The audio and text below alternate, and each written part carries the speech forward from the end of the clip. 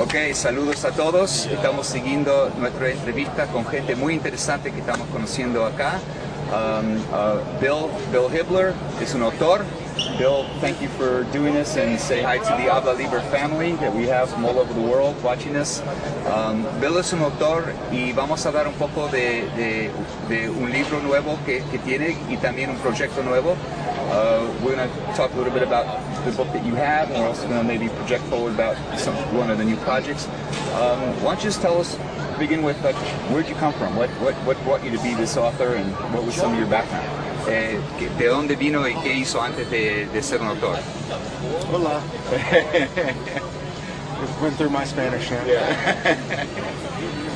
Well, I started in the music business. I was 15 years old, and I grew up in Houston, Texas. All right. And I used to go backstage to all the big rock and roll shows, and I would sell vintage guitars. Okay. Entonces, vino de su pasión era música, y de cuando tenía muy joven, de 15 años, él fue a muchos conciertos y vendía guitarras antiguas a los músicos. Very, very, very beautiful passion. So you got to meet some interesting bands, I'm sure. Musica famosas.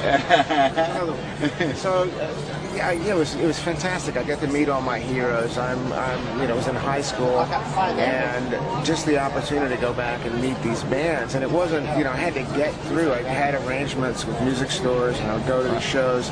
And so I finally, you've heard people, success leaves clues, success leaves traces, as our friend Armin Marin says. Well, I was watching, sometimes I would go and my name was supposed to be on the guest list, it wasn't there, and so I would sit there and kind of be frustrated. How am I going to get in here? And I noticed some people were getting in even though they weren't wearing a pass or their name wasn't on the list. So I started noticing what they had that I didn't. Interesting. Well, let me catch up to that. Bueno, parece que Bill es un empresario, entrepreneur desde muy joven, y él fue a estos conciertos y estaba entrando, muchas veces su nombre estaba en la lista para entrar porque tenía razón, estaba vendiendo guitarras al conjunto, pero muchas veces llegó al concierto y su nombre no estaba en la lista. Y él vio y estaba todo frustrado y no podía entrar, pero él vio que otra gente estaba entrando sin tener el badge para entrar. Entonces, so how did you get in? What did you figure out? Well, I noticed that these people had some commonalities. Mm-hmm. They all had long hair. Uh-huh. They had black T-shirts, right. And they carried this big, heavy briefcase right. by a company called Anvil, and they all had British accents. Okay. So I had the long hair, I had the black T-shirt, I ordered the briefcase, and I put music store stickers on it, I had a few passes, just to make it kind of look like theirs. And I also noticed they walked in with confidence, like they owned the place. They didn't stop to speak to the security guard. Right. And so the first time I tried this, I just walked up with my guitars. I didn't stop to say anything. The guy just walked and had to look like I expected him to get the door. Right. The guy opens the door and lets me right through. That's the first time I tried it, and I'll let you catch up. Well, okay, esto es muy interesante. Entonces, era un joven, pero estaba viendo esta gente que estaba entrando sin tener el pass.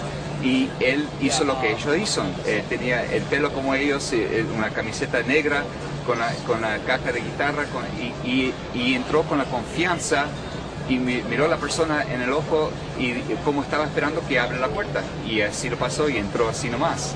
So, wow, so great, so emulate.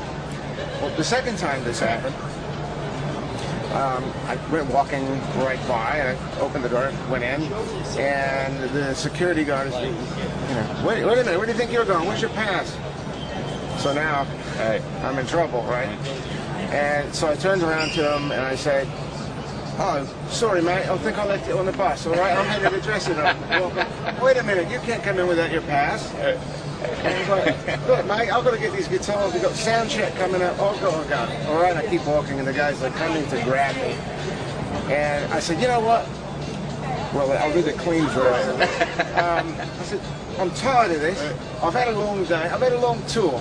I'm going back to the hotel.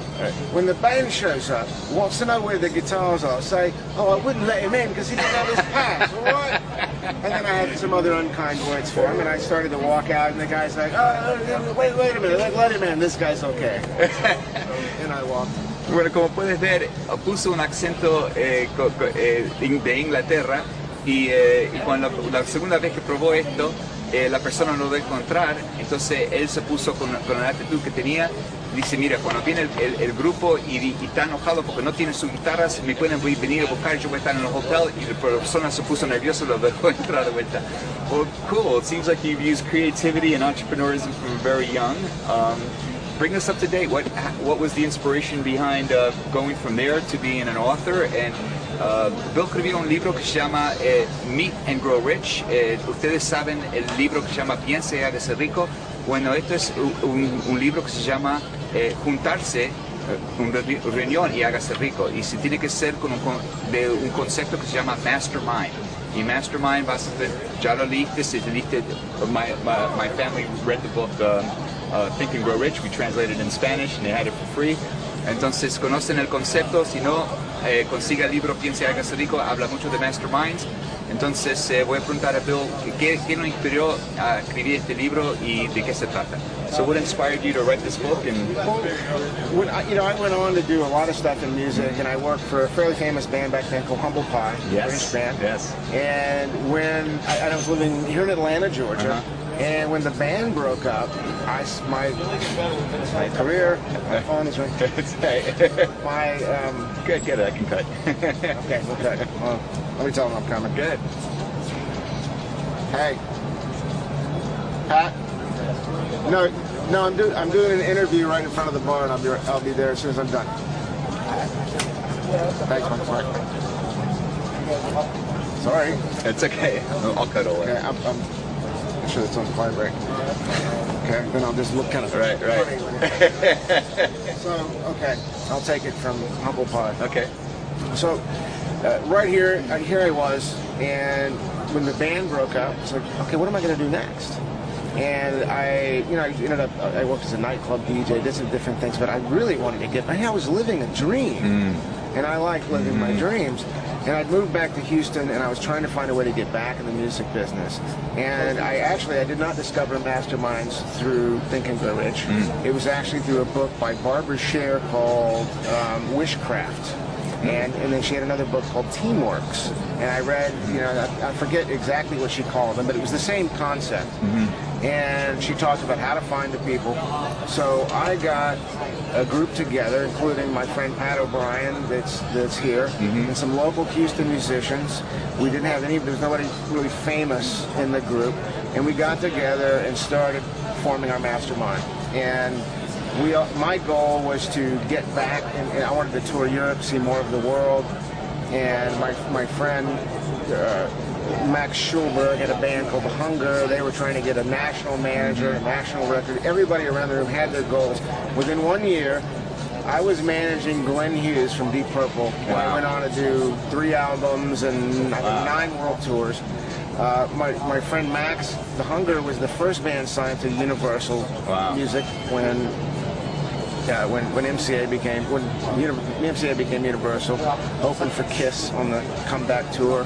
Everybody in that group hit their goals. Wow. Let me catch this up. Okay. Bueno, muy interesante. Entonces, estaba trabajando para un conjunto que era muy famoso, que se llama Humble Pie, y después de un tiempo ese conjunto se rompió, se partió. Entonces estaba sin trabajo con ellos y tenía el sueño, pasión para estar con músicos, para viajar el mundo. Entonces el concepto de un mastermind lo consiguió no de Piense hágase rico, pero de otro autor que tenía el mismo concepto y formaron un grupo, un mastermind, un conjunto que se juntan para hablar de sus objetivos y cómo conseguirlo. Y en un año, in 1 year you said, right? En un año toda la gente que estaba en ese grupo consiguió sus objetivos, sus sueños. Y Bill encontró otro músico muy famoso que estaba del conjunto que se llama Deep Purple y era el manager para él y pensó viajar y hacer todos sus sueños de vuelta. Y otra gente que también estaba en el grupo formaron su equipo, sus conjuntos Entonces estamos hablando del poder de cuando se junta más de una persona y todos hablan de sus objetivos y cada uno pueden ver lo que dice la persona y